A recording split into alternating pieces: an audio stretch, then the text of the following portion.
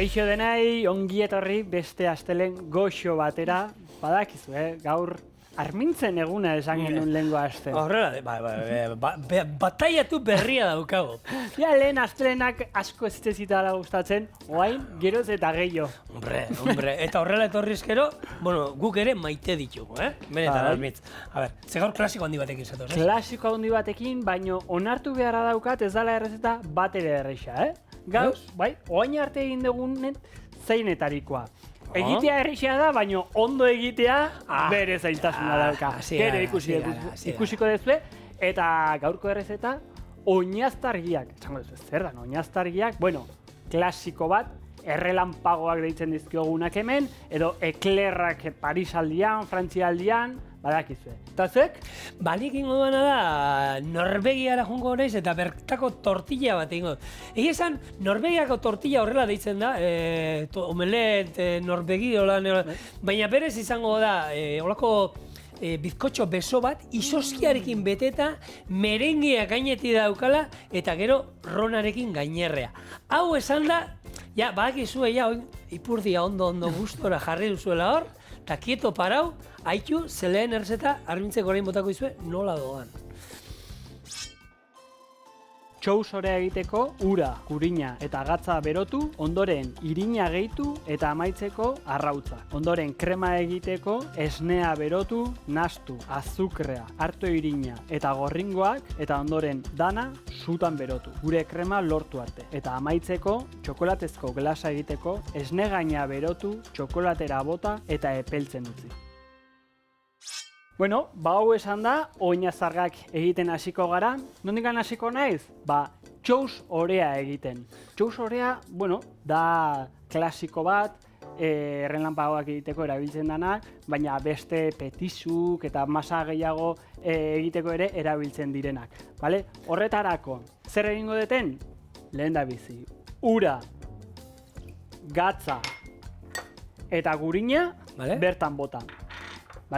Utziko dut ondo berotzen, eta berotzen danen, urtzen danen, ingo diote dana, irina bota honea. Orduan, irina botatzen diote danen, hemen kozinatzen eduko dut momentu bateaz, eta azkenen lehorra ikusten detenen dagoenean, ona pasako dut. Hemen dagoenean, biraka jarriko dut makina, eta arrautzak pixkanaka botatzen hasiko naiz. Garrantzitsua masa honetan, barrutikan utxa egon behar dula. Ze gero kremaz beteko dut. Orduan, horregatik esaten nun dala nahiko ore zaila.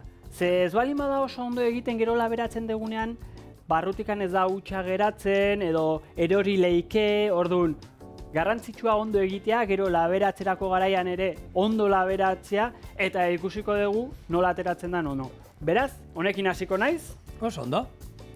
Egia esan xu orea o txous o idatzita txous, ze isa o isa berriro.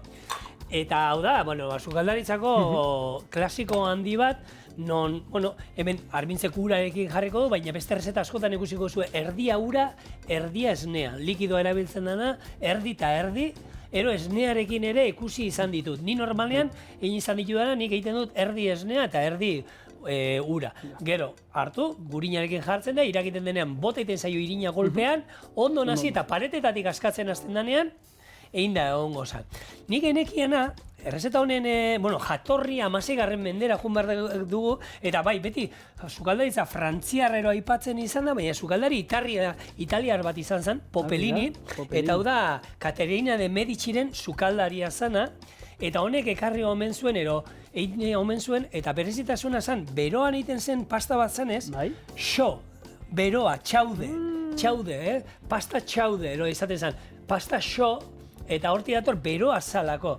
Gero egia da, 18. mendean, ezan gaur egungo moduko, 18. mendean, beste sukaldari batek hobetu egin zuen, da gaur egun egiten dugun profiterolak eta egiteko erabiltzen den hori hau, orduan, hortuik aurrera daukagu gure sukalde guztietan. Eta armintzek esan duena, berezitasuna da, hemen dauden likidoak, hau da, urana eta gero arrautzak eta emango diona, horren ezetasuna gero labean lurrun bihurtzen danean barrua utza nahi du geratzea. Gero, betegarri batekin berotzeko. Eta ez duzetan gozoa izan behar. Naiz eta guk ezagutzen ditugunak, esne gainana, mokarekin baita ere, txokolatearekin betetza, gozogile krema klasiko bat, baina gaziak ere inalditu. Gaziak ere, hartu alduzu ez, hau ez da, ben, ikusi zuen, azukrerik ez du bota. Orduen ez da ore bat gozoa da, ez du izan beharrik, horregatikan gauza gazientarako ere erabiltzen da asko. Eta hemen ikusten dezue nola lehortzen di joan, ez da? Hementxe buelta batzuk emango dizkiogu, ruksa eta gure bexamela egiteko ere, era oso antzekoa, honek likido gehiago dauka, kasu honetan ura, eta egin behar deguna da, irintzapore hori pixka bat kendu, eta hori egiten duguna da, kozinatzen hementxe lehortu arte. Orduan, honek eduki behar du masa nahiko homogeneo bat, gure makinara sartu aurretikan. Oso ondo. Orduan, zuek lasai egon, ondo moitu ezkeo, etzaigu erreko. Bertan uste balen badugu, erretzeko arriskua dago, baina, bueltak eman ezkero, lasai. Ez dalako erreko. Eta hemen gero garrantzitsua da, arrautzak botatzen hasi baino lehen, pixkat epeldu inbar dugu. Orduan, barmintzek egia da, gai olako robot bat izaten moduzu, askarra bingo duzu, baina bestela etxean zutatik atera, egurrezko koiala batekin eragin pixkat berotasunak entzeko, eta eronik etxean, ez daukadan ez olako gaiurik, egiten duana da, arrautzak banaka jun botatzen, garrantzitsua da, ez da, normalen errezetetan gainera, agertuko zaizue, 2-3 arrautza, ez da gertzen, askotan ez da gertzen kantitate zehaz bat, 2 arrautza, 4 arrautza ez da, 2-3, ze egia da, irina, segun sasoian, ezetasun gehiago gutxia duka, eta hor, badago hartu egurrezko koialarekin, eta testura emango dizue askotan egiten duzuenean.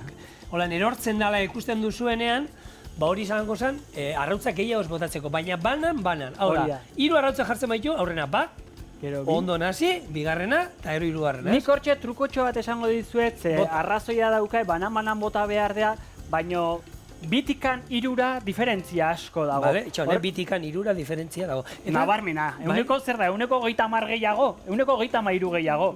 Ezta? Bi arrautza euneko 76 balin bada, 3 arrautza euneko 100. Orduan, bueno, gauza da, erreixa da, nik iten detena da, irabiatu arrautza. Orduan, guta denaiz pixkanaka botatzen, ze igual bota behar ditzezu 2 arrautza eta erdi o pixka gehiago, ulertzen? Horregatikan irabiatuta balin badago, nik pixkanaka botatzen juten naiz, eta horrela, ze igual 2 eskaz gelditzen da eta 3 gehiagi da. Baina irabiatuta balin badago, nik ja ikusten dut puntua zein dan. Eta botatzegotan zuk arrautz, espadugu egiten zuk irabiatuta induzun. Botatzen izkegu 2 eta beste bat onartzen du, baina ez osoa, erdia. Ze botako zenioke zuk, Armiz? Gorringoa ero zuringoa? Ero nasi ingo zenuke? Nasi, bai. Gorringoa ez da hobeto krematxuago. Ezberdintasun handia dago kozinatzerako garaian edo gozogintza munduan. Gozogintza da oso zehatza. Oso zehatza. Gu adibidez, obradorean lanian gaudenen eta horrela, lan pilo bat egiten dugu, dana pixatzen. Denak egon behar du oso ondo neurtuta. Honek ez du balio, igual zaude gizatu bat egiten edo, aldiozu ur pixka bat gehiago bota, edo ur gehiagi balin badauka, utzi lurruntzen eta gero irina pixka bat eman loditzeko saltxa. Gozogintzan, danak dauka bere neurria, eta horregatikan esaten dizut, honek badaukela bere, zailtasun eta... Oinarri zientifikoa deituko dio, hobeto geratzen da, super pomposoa. Bueno, labean ere garrantzitsua izaten da, ni behintzat 2 temperatura egiten dut, hasieran 200 piku gradutara altzatzeko eta golpe bat emateko, eta gero jeitsi egiten diot, denboraren erdia, hau da, 20 minutu temperatura altuan da, beste 20 jeitsi egiten dut barrutik eta ondo egin dadin. Orduan, normalen txuz orea egiteko bai nala hori. Lehenengo fuerte eta gero jetxi pixka bat, eta gero bajuago barrutik egin dadin. Eta esan dakoa, honekin inalduzue, otarrainzka batzuk hartu, holan txikitu ondo, maionesa pixka batekin holako txakamakiltxo batzuk hartu, mauka batean sartu, bete, eta gero, balio dizu holako sarrerako gazi berezi moduan, ezberdinak egiteko, eta, gozoetan horia da mundu bat. Gaur ringo ditugu, luzenga, tximista antzerako hauetatik, profiterolak, Saint Honore pastela ere txorienen indaukaguna.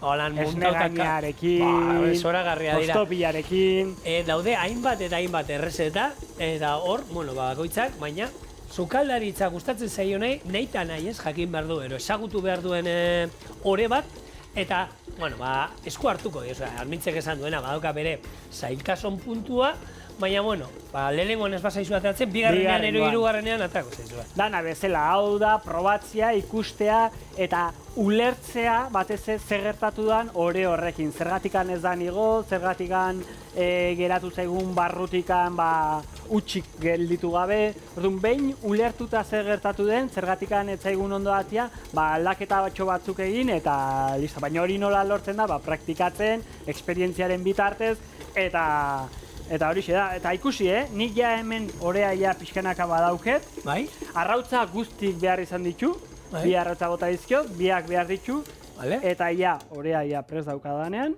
hemen altxa. Bai? Eta, hau mauka batean jarriko zu, ez? Hori da. Hemen mauka ja prest daukat, eta, ikusten dezue gutxi gara bera. Orea horrelaxe gelditzen da, ikusten dezuen moduan, eta orain egingo dana izango da, mauka batean sartu, eta gero laberatu egingo dut, eta egiten ditugunak izaten dira oso txikiak, nahiko txikiak, hau da, bi bokaduetan jateko. Hau da, pintxo moduan edo badakit gustatzen zaidu da handiago, baina horretarako... Eta ogitartekoa, ideia moduan, haitxu, ogitarteko bat, olakoa, bi eskuekin arrabatu behar duzuna? Ez.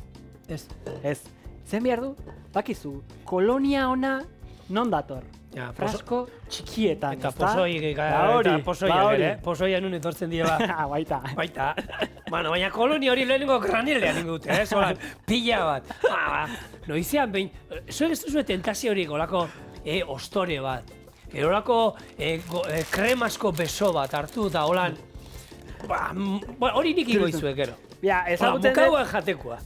Nik ezagutzen dut gozotegi bat, Bilbon dagoena, patxes izena duna, iten dituzela croissant erraldoiak. Hoi gustatuko litzaizuke, eta jende eskatzen jolo gauzak. Bai, hori bai, erreserbatu egin behar da, ez zakate egunero vitrina bertan, baino bai, erreserbatu ezkero egiten dituzte. Nik palmerakin hori ikusi dauka. Eta palmerakin. Horrelako palmera erraldoi bat hartu eta hori ja, gehiagizkoa da, ez da, hemen nik esan duana, naiz izan inoiz, hauek oinastargiak naiz izan, zaizki lehen, eta gure garaian dagoten ziren, kremas beteak, gero gainetik batzu txokolatearekin, beste batzuk glasarekin, txuriak, eta ni beti hor, niko klasikoa, ni oso txokolate palmera zalea izanaz, eta oso gurinezko opili zalea izanaz, horiek gustatzen. Eta hau, ni gozogile krema lehen ezitzaia gustatzen, oin bai. Ni berdin, ni txikitan ezitzaiziten bate gustatzen hola postre hain tradizionalak eta horrela, dana txokolateakin jaten duen, baina, geroz eta zarrago egiten nahona, geroz eta gauza gehiago jaten ditut, eta klasiko hauek, geroz eta gehiago gustatzen zaizkit. Eta nola ikusten duten nola egiten dan, eta ikusten duten zelana daukan, eta gehiago baloratzen dut, eta Jon Barreska. Zartzen naholako esaten delako. Eta marrurte ez dizkiko haindik, eta sartzen nahi da, esaten nahi da, mokoa. Egiten pointxatzen dute. Bai, serio. Hauek klasiko zarraua dira, hauek 19. mendean sortu ziren, Frantzian, eta, ordutik mundu guztira zabaldu ziren, eta egia da, nik ez da Frantzia sortu ziren, baina Euskal Herrian bada gozoetako bat, nik txikitatik beti ezagutu izan dudana, eta gaur egun oraindik mantentzen dana, ez? Nik uste dut, ia gozotegi guztietan badaude gauza batzuk, beti denetan egoten dira, ostorearekin zerbait egin da, gero palmerak eta ere egia da ohikoak izaten direla, gure inguruan, gure inezko opilak beti nahi eta nahi ez, baina hauek beti daude. Nik egia da, beti aurkitzen dituzula, normalean kremaz beteak, baina esne gainarekin beteak era aurkitzakezue, eta horren besteko fama daukate, pentsa, nik galdetzen baizu, munduko itxasontziek importantean famatuena zein izan zan.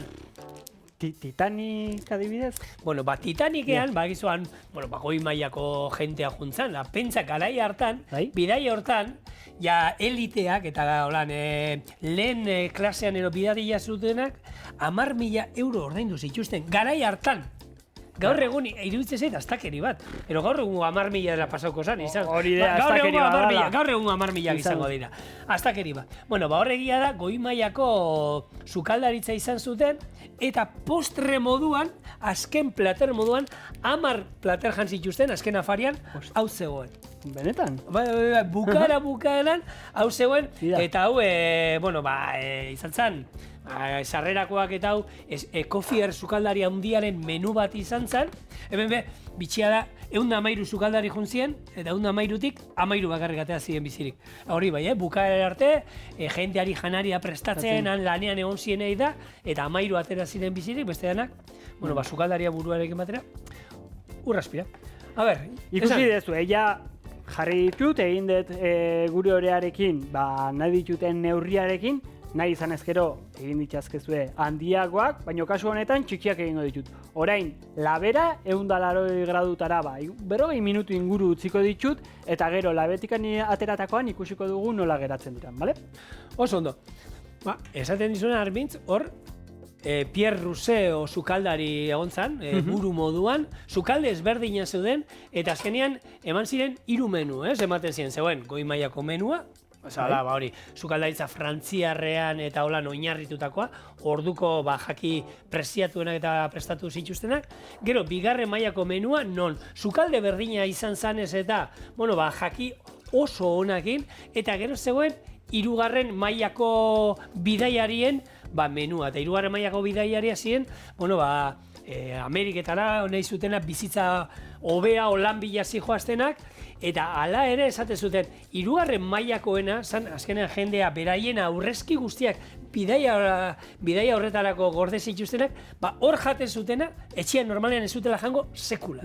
Eta hor bakarrik izan zituzela, lehenbiziko sopa, haragi gixatua eta hori, baina hori beraien bizitzan izango zala, esango zuten, privilegiatuak, eta antzan 3. mailako menua. Bida, nola ere garai horretan, ez dan garrantzitsuena bakarrik bidai hori egitea, baizik eta gastronomia ere, ze garrantzia zuen bidaia horretan, ezta? Esperientzia hori bizitzeko, ematen zioten garrantzia elikadurari eta gastronomiari disfrutatzeko, ze gaur egun jatetxeta eta horrela ez gara joaten bakarrik jatera eta... Tripa betetzera eskoaz, ez. Esperientzia bat bizitzea, askotan bikotearekin, lanarekin, eta hau askotan gertatzen da, Zaude zure erara, eta momentu batean, indukzio hau egindarra dut, gazte. Bai, oso ondo. Ingo detena alde batetikan izan da, azukrea, irina eta gorringoak nastu egingo ditut, beste aldetikan esnea ikusi dezuen bezala irakiten dagoenean, bertara botako dut, ondo nastu eta gero dena berrize sutara. Dena krematxu geratu arte eta gero ozten utziko dut, epeltzen utziko dut, gure eklerrak beti aurretikan. Oso ondo. Gozogile krema honekin inguzu, ez? Hori da. Bale, oso ondo. Ez, Armintzek esaten zuen, azkenean jatetxe batera joten garenean, ez da, askotan, eman aldizute munduko menu honena, baina zu jatetxera basoa, ez da, konpainia ez bada oberena, izaten bada pentsa, laneko baskario bat, eta zaude justo, konpromisua dela, eta zaudela gustora, ondokoak inola. Baina hori beti gertatzen da, enpresako baskari baten edo horrela, janariataz ez zaude disfrutatzen, beste erabatea jutezea, ze zaude beste gauza batzutan pentsatzen, beste bilera horretan pentsatzen, eta ez zaude bate disfrutatzen janariataz. Hori jatetxe berdina jutezea, zure lagunarekin, zure bikotearekin, edonorrekin, eta beste esperientzia bat dakana zerikusirik. Baita eguneko menua jatera basoaz ere, dilista batzu jatera. Giro honian, familiakin, lagunekin, ero kontu kontarian, disfrutatzezu, ze askotan, hori da, gara animali soziala gara, gizakiak, eta behar dugu hori, ez? Eta, gaina ondo jaten baduzu, zer esanik, ez? Garrantzitsua. Eta ze humorerekin joaten zaren ere. Humore txarren sartzo balen bazea, esperientzia normalen ainona ez da izaten, baina umore txugute bali mazea eta dana ondo bali madao, dana goxuago da beti. Beti dago goxuago, beti dago goxuago. Bueno, esne pixka bat botako diot honia barrua, ingo detena da, nasten jun, eta gure krema, pixkanaka Gero horrek irakinen beharko digun, ez? Gero dena barrua sartuko dut berriro gure krema egiteko. Oso ondo. Bueno, gaur oinaztargiak eta tximistak eta olako kontua dauzkagun hontan, tximistakin nator, basoan, ero mendian, ero itxasoan gaude, ero tximistak harrapatzen bazaitue zer egin. Nik hor, anekdota daukat, 2018an uste dut izan zala, joan itzen Iker Karrera hundiarekin entrenamendu bat egitera, inbarken du nudan lasterketa bat, eta, bueno, 100.000 lasterketa izan zen egun hortan, eta Tolosatik atea ginen, gabez abiatu ginen, eta asmoa zen, gauez entrenatzea, ze lasterketa hauetan gauez asko egiten da korrika, lasterketa pizkat jarraitzea, eta izan zen urte hori non tximistegatik eta lasterketa suspenditu inbar izan zen. Guri, tximista guzti horiek, harrapatu gintuzten, nola handoko ez, Hernion. Herni inguruan, baina Herni inguruan, tximista daudenean, zer ez da behar inoiz? Zuaitzen azpin ero jarri, ero burniak eta olako gurutzeak eta dauden tokian. Hernio, gaur egun garbitu dute pixka bat, baina... Zenbat gurutze daude puntan, Zenbat zeudenan inguruan, baina ez puntan. Ara gora kasua zenian da, ez dakit, familiko bat iltzaizulako, ez da txapak direla, bestea direla, oine, danetik eta gu handik, kristona botatzen, eta hor, teoria ezberdina daude, batzuk esaten dute garrantzitsua dela holan hartu, makurtu, kuskurtu, eta holan geldi geratu. Ni izen egizu esaten, ni geldi egotekoan. Horako kasua alde intzen duen adortikan azka. Bueno, hor badago aplikazio bat, bai? Nola da, korrikalariak eta erabiltzen dutela, eta ze denbora inditxuzun da. Guk gauez, hobetu gendun, Herniotik berako denbora, gauez, jakina gure gainean zer erortzen ari zen momentu horretan. Armin, ni larritu nintzen, ze egia da, gu makillak eta eraman genituen, eta karbonoskoa dira, eta ez daukate, baina puntan metal pixka bat daukate, eta entzuten dozu horrek ere erakarri aldituela, pulsometroa dara mazu, horrek ere, bueno, ez dakit, orduan denak burura etorri zitzaizkigun, eta bakarri nahi genduena handik alde egin, eta tximista alde batera zijoan, ero ekaitza alde batera, gu bestera, eta bueno, hor bakizu, erreka inguruak ero gura, ez da ona, hortik alde. Nik gauza bat esango dut, bota. Mendiari errespetua hartu bat zio, benetan errespetua handia, ze batzutan pentsatzen dugu, ez dakit, 2000 bat igoko dugula, hola, ezer gabe galtza motzetan, zapatilla batzukin eta horrela, eta gero desgrazik etortzen dira, ze jendeak, ostra, ez da konstiente, hangoran, hotza da hola, kaitza bat etor daitekela, eta, arrisku puntua badaukela. Orduan, mesedez. Dena gauzak ondo joan da, egia da, horre, guk laguma geneukan, olako erreskatetan da Pirinoetan debiltzen zela, eta berak esaten zuen, kulpa da, Kilianena eta beste marka hori kiroleko erropa merke saltzen duena. Hoi edanak indute hartu, ikusten dute beste gaztetxo hori, galtzamotzetan, Montblancera egotzen da, uste dute denak inaldutela hori. Eta Armintzek esan duena, hor, materiala ondo presatuta eraman behar da, ze batzuk uste, igon eta jetxi ingo du bakarrik. Ja, baina pentsa txorkatila bihurtzen ditzen duzula, ero momentuak. Eta han, geldi geratzen zaren, segun seguraldi egiten duen, 5 minutu isostu egiten zara. Orduan ni beti eramatzen du espada gainean, olako manta termiko bat, aluminizko holan, ogitarteko biltzeko olako zerbait antzekoa. Horrelako zerbait eramaten dut, beti eramaten du jatekoa eta holan bada espada, nahiz eta gero ez dudan erabiltzen. Hori da. Motxilatxo batia mintzat sartu beharrezko horiek, bai. Zerbait eraman behar da. Eta nik enekiena da, itxasoan ere, ni itxaso inguruan ere izitzen, tximistak eta dodenean ere, itxasotik eta iskina jun, kotxean, baldin baukazu onduan kotxean sartu, eta bestela etxeren baten erot, baina tximistekin kontuz, azkenean, badakizu hor voltiosko pasatzen dela, eta, mobila kargatu zaigu, agian, baina guri auska utziko gaitu, ara begira, ona begira baino gehiago. Bueno, ikusi dezue, ja, labean dazket pastatxusa, hemen gure krematxoa inda dauket, egingo detena ozten utzi, horretarako filma jarriko diogu, eta filma beti juten da ikutzen kremari, ze bestela azala hartzen du, eta gero ez da oso ondo geratzen, bera. Filma, hau da, plastikoa krema ikutzen, beste aldetikan hemen txokolatia beroa daukat, esne gaina ingo detena da, dena berotu, eta honekin ingo detana glaseatu. Orduan, utzila zue labetikan ateratzen, 10 minututxo, eta jarraituko dugu. Bueno, bueltan gaude. Bida, hementxe ja gure orea ja kozina duta. Eta ikusiko deu, bat irikita, nola gelditzen dan barrutikan. Ondo eginda bali badago, utxe egon beharko luke. Orduan, bueno, hementxe ez da ikusten, baina hortxe, eta hortxe, ezta? Vale. Hor ikusten da, ja gutxi gora bera. Baina hori gaizki dago, ez? Ze hau bete egin behar da. Ez, barrua bete eta egon behar dira, beti, bai ero, bai. Hori da, urrengo pausua. Eta horretarako egin dugu lehen krema.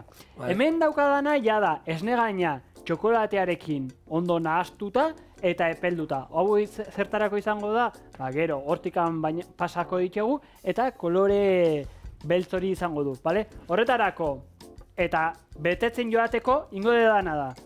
Azpiko aldetikan, bi zulotxo ingo dizkiot, mendikan bat. Eta hortik betetzen duzu, eta hortikan bi, bale? Hemen dauket, nire maukatxoa, beteko dana, min gainarekin. Zuek ze betegarri ibiltzen dituzuek osotegian, kremaskoa, gero ezberdina dauzkazu erbitz? Ezberdina dauzkagu, orduan izan daiteke pistatxoarekin, txokolatiarekin, orduan, esne gaina, bueno, lehen da bizi, krema inda gero, aldiogun astu adibidez, pistatxo pasta bat, zer da, pistatxoa dena txikituta, 100%, eta honi nahaztu. Eta izango genuke, pistatxo krema bat, gero pralinearekin, berdin. Pralinea nahaztu kremari, eta listo. Edo txokolatea, txokolate beltza urtu eta nahaztu kremarekin, eta izango genuke txokolate krema bat. Orduan edo zin zapore nahi dezuena, behin krema eukita, horri ondo nahaztu eta prest, barruko arantzako. Orduan ikusten dezue, egin dizkiodan zulo hauetatikan, ingo dana da. Ondo bete, ezker eskubi, eta pixua, ja, ez dauka lengua harintasuna, ez? Hori da. Orduan hemen ondo kenduko diot, fin geldituko da. Bai. Eta goikaldetikan ingo dana, pasa, hortxe ikusten dezue, eta hemen behatzarekin ingo dio dana, hortxe kendu. Txukun. Eta hortxe geldituko zaigu gure errelanpagutxoa. Bale, zuk batzu betetzen zen gaina histori poli bat. Zuk Twister pelikula ikusita daukazu. Hori izan, batzuk juten zirena, estatu batuetan, hauek nola da, tornadoak eta hoien atzetik, eta beraien indarra neurtu nahian, da. Nik euskeraz ez dakit, baina nik ekaitza eta aipatuta txingorra etortzen zait burura, ez? Eta azken urteotan Euskal Herrian da gertatu izan da, holako kaskabarrero txingorre jauzia hundiak egon, eta kotxe asko pila bat geratu direla, kriston zuloekin eta. Hor badago ogibide bat, ontzigileak aurkitu dugu, baina berez erderaz barilleros o sakaboios, direla, azkenean kotxeetan ibiltzen direnak, txapa konpontzen da, eta jende hau ibiltzen da horrela, hau da, irratian ero meteo webguneetan sartzen dira eta ikusten duten tokian non ekaitza egon aldeen, eta txingorra ero kaskabarra eroriko den, ara juten dira eta beraien zerbitzuak eskaintzen dizkiete bertako, honei, karrozerietan da lan iten dutenei, autoak konpontzen da, konpontzeko hori zehantza, arte bat egi da. Hauei ezin harrapatuko orduan hernio puntan, ez da? Ez da, baina kotxetan, da benetan, azken, iaz, oindala 2 urtero izan zen, Gasteizen, kriston zati, pusketak, eta esan zuten, etorri beharri izan zen jendea, peninsula guztitik ona, eta gu, berak esaten dut, gu, Europatik eta mugitzen dira hauek, kaskabarra eta goten den tokietan eskaintzen beraien zerbitzuak, ze agian egoten dira, 2000-3000 kotxe, eta ez dute ematen konpontzeko hauek, eta juten dira, eta hori, olako txapa tailerretara juten dira beraiek, eskaintzen beraien zerbitzuak, momentu puntual horretan, kotxeetan konponketa horiek egiteko, eta direla, telebistan nik irudiak ikusi nituen, eta kriston, baina kotxeak zulo batzuk kristala noski poskatuta, baina txapa guztia erdi zulatuta, eta hauek antza, lisu jartzen dizute, eta ibiltzen dira, ekaitzai jarraika beraiek, beraien zerbitzuak eta gero eskaintzeko. Nik entzun da neukan teknika bat dela, ura beroa bota, ez da? Eta horrekin gero... Hori etxean norberak iteko? Hori da. Ez da funtzionatzen duen, Probatu ingo, haizu, agian. Merkeago bateako zara ingo, ezta? Seiur, interneten sartu ezkero, Armitz, egongo direla, amonaren trukoak, olakoak, baina baita balio dutenak, holan, kotxea konpontzeko. Bueno, hau dana esan da eta hau dana kontauta, hementxe dauzkazue errelanpagoak ikusi dezuen nola egiten diren, eta orain bai, momentua iritsi da, dastatzeko. Hemen, indiozu, 3 unitzako eta 2 zutzako. Bai. Hastia, zete, talli. Eskerrik asko. A ver.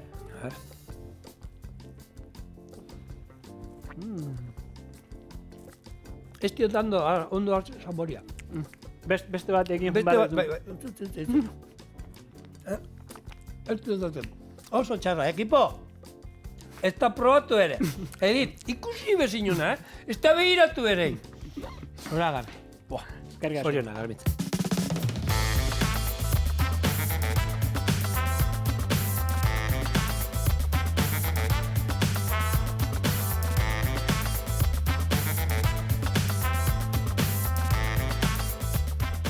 Omelet Norvegien ero Norvegiako tortilla.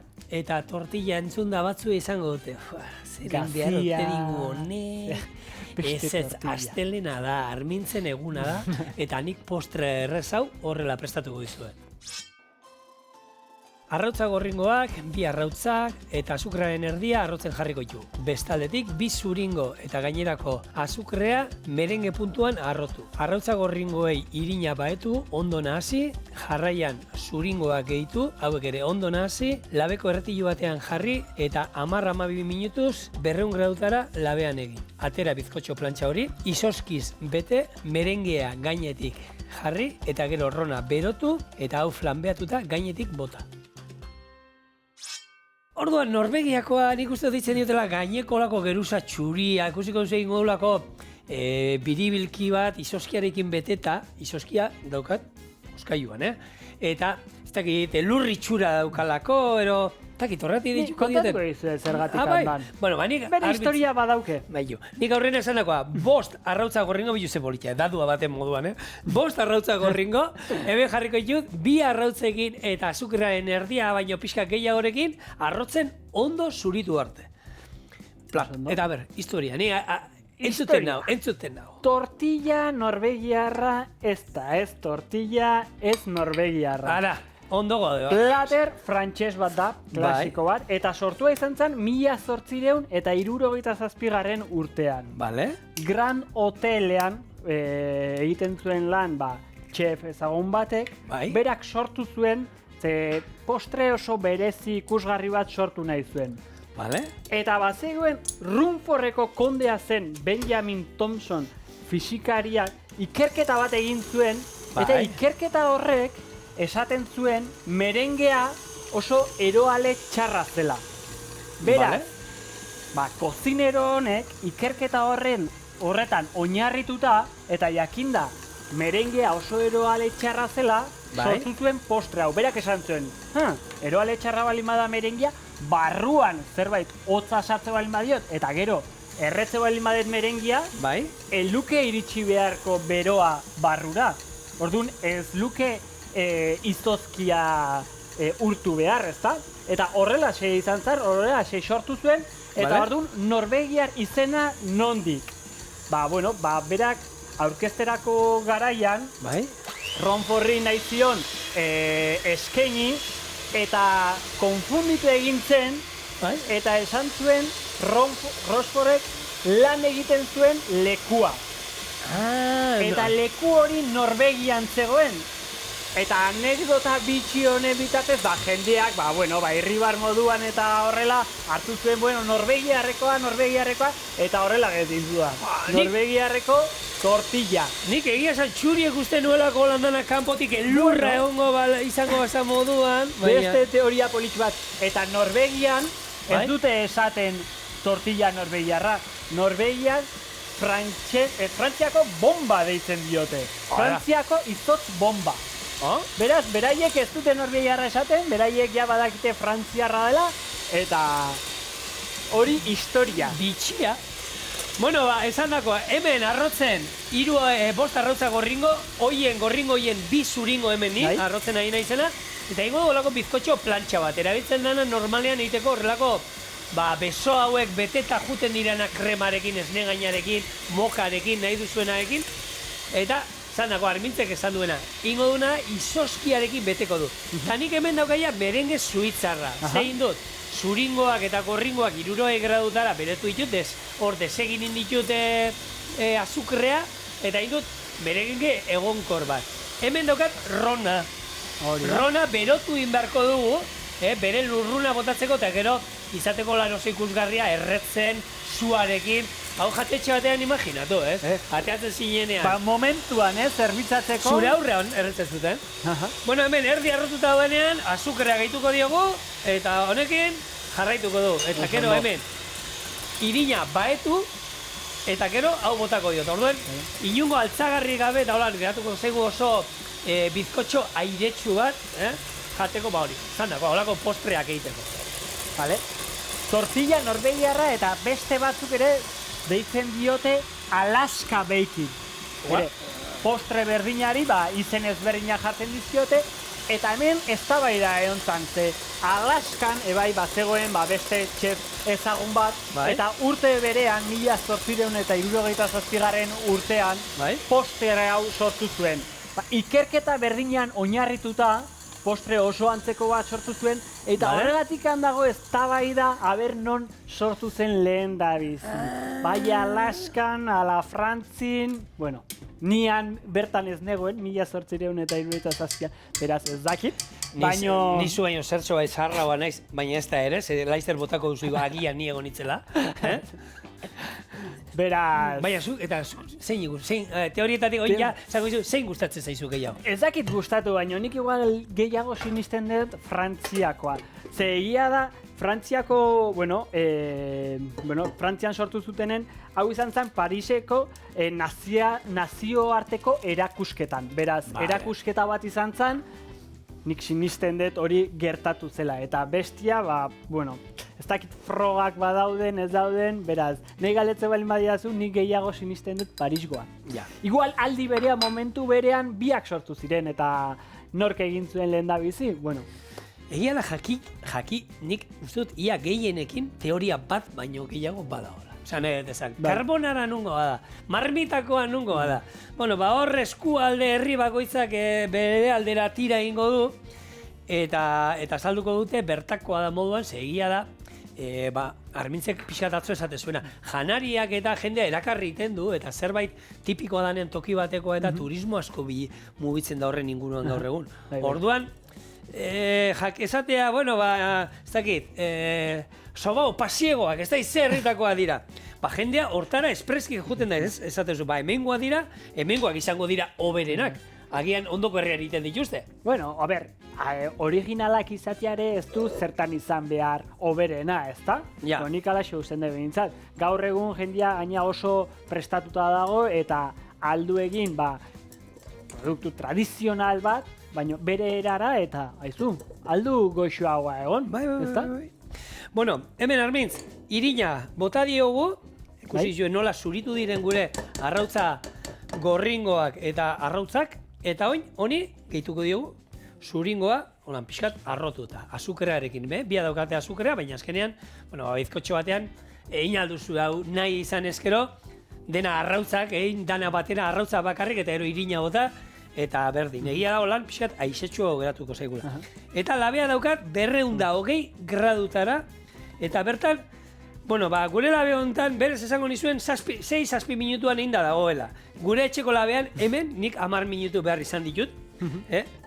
Labe bakoitza da mundu bat. Eta hor, gero, zuen begiratu zazu, eta bizka txuri aldera ikusten baduzue, oraindik falta zoiola. Esan do. Labeko erretilu bat, eta nik hemen oin zabalduko dut, eta hau, labera da. Esan, segi. Kasu honetan, Suizako merenge bat egingo dugu.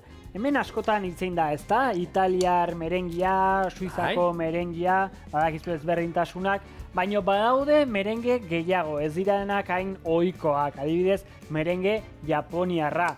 Eta hauxe, bueno, merengie suizarra egitea bezala da, baina gehitzen zaio almendra hautsa. Orduan dena ondo nahasten da eta dakua moduko bat gelditzen da. Zer moduko? Dakua. Dakua? ¿Qué es dakua? A ver, zer da dakua? Gure frantsesa, Bai, mesedez. Zer da dakua? Zer da hori? Hori da merengue bat, gero almendra hautsarekin nahasten dena, gero laberatu egiten da, eta, bueno, merengue lehor bizkotxo moduko bat gelditzen da, eta hori erabiltzen da, pastel ezberdin asko egiteko. Batez ere, Frantziako, pastel tradizional asko daukate, oinarri bezala. Bale, nik japoniarra, enaukan sekul entzun, merengue japoniarra. Bai, horregatik ez dira hainoikoak, beti erabiltzen ditugunak hemen, bai suizarra, bai italiarra. Italiarra egiteko badakizue jarabe bat egin behar dela, temperatura oso altuan bota, eta zuringoa nahasten joan bitartean, ezta? Eta suizarra askoz errexagoa, sinpila, normalean azukre doblea izaten du, zuringoa baino, eta hori ondo irabiatu, eta listo. Nik hemen ere trukoa bauzka, zuk lehen hauekin eman dituzu. Hemen, hau, ondo zapatzeko. Holako golpetxo batzuk, eman da. Dana, egon kortu iten dugu, eta labera, 220 gradutan, hoxe, 6 eta 10 minutu bitartean. Zuek ikusiko zue, asmoa da azkenian horrelako zerbait ateratzea. Guk hemen, hau, ateratakoan, inbar bauzuek ero, holako beso bat, betea, garrantzitsua da, atera, beste papel baten gainera, eta gero kiribildu. Hori da. Holan kiribildu, eta gero horrela, gero forma mantenduko digu honek. Bizkotxo hauek oso ondo joaten dira, oso bizkotxo finak egiteko, hau da, askotan, muserekin eta egiten ditugunean, Izozkibila, izozkibila, oso ondo. Horretarako oso ondo gelditzen da. Gero, bizkotxo oso lodiak edo egin nahi bali maitugu, normalean errezeta hauek ez digute balio. Horretarako badakizue badaudela errezeta, betiko errezetak bizkotxoak egiteko, eta hori, ordun, honek egin duna da, kasu honetan, ondo zabaldu, gero, albalin badezue ozgailuan, ondo biribildu gabe gordetze balin badezue, hobeto. Estela gero hautsi egiten da eta horrela, orduan, zabali gordetze balin badugu, hobeto. Eta izozkailuan ere oso ondo gordetzen da, oso ondo mantentzen da, eta denbora askoz gehiago irauten du hori da. Orduan, momentuan ez balin baduzu erabili behar, lasai asko gorde labian eta erabili behar duzuenean. Nik hemen bi atako ditut, neurri hartu diot gutxi horrena, izozkiana, hau da, azkenean hemen, ni vainilla izozkia jarri dut, Eta, vainilla izozkiarekin inbar dela postre hau. Orduan, izango zen, hemen hartzen dugu, holako bloke, gogortu dela, gure izozkaioa benetan, ikarra duka, inor baino gehiago, normalean izozkaiuk 18 gradu 0 azpitikan egoten dira, nik uste dut hau, 20-22 iristen dela, 0 azpitik. Tazan! Bueno, orain, merengearekin, hor jarri dut berotzen gure rona, berotzen dago, oso ondo. Merengearekin, ondo, bilduko dugu eta rona hasten denean irakiten, gainetik botako diogu, eta ea barruko agurtzen den. Nik ez dakit duda dauzkat. Nik uste eta aguantatuko dula. Ikerketa honek, datu zi. Fisikari hon batek esan balin badu eta esan balin badu. Ona altzan. Pentsatzen dut. Historian gelditu baldin bada ikerlan horrengatikan eta hain postre tradizional bihurtu baldin bada, zerbait jakingo zuen. Bueno, ontsi ikusiko du, zuek ez zeitezte urruti joan, zeitxun gatoz da. A ver. Katxit la leche. A ver, Luis, etorren, Torre. Bueno. Eta nire merenga oso ondo atadan, Bueno. Eta geruza honek aguantatzen digun, Nik uste ikerlariak lan hona indula eta oraindik izozkia hotza egongo dela. Gogorra bai behintzat! Bueno, hoi seinale hona ordun. Gogorra bai! Bueno, lagunok, gaurkoa zen bihurrikeri bat egitean genuen. Bizkotxoa, izozkia eta merengea hau txarra ezin da. Eta ron pixa batekin, alkohola errediola laguntzen badugu, ze atea alda gaizki. Launok, hemen daukazue gure Norvegiako tortilla.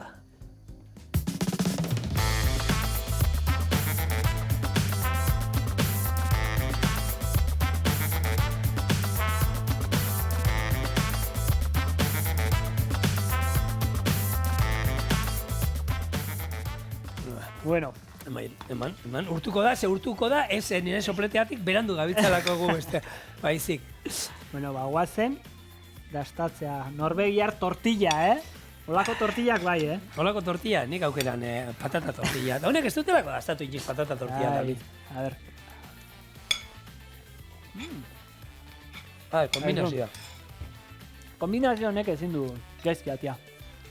Bai. Etxeen iteko, Bai. Ez da berezia. Bai. Lagunen arte nor planbiatu momentuan, zer ondo gelditzen zen. Etxea erreko duzu. Ez egin hau aurrak, etxean etzazu egin hau, eta egin behar duzuena da bihar etorri gurera, zegu hemen izango gara beste bihar ez dago sorekin, da kontu pila batekin. Agur!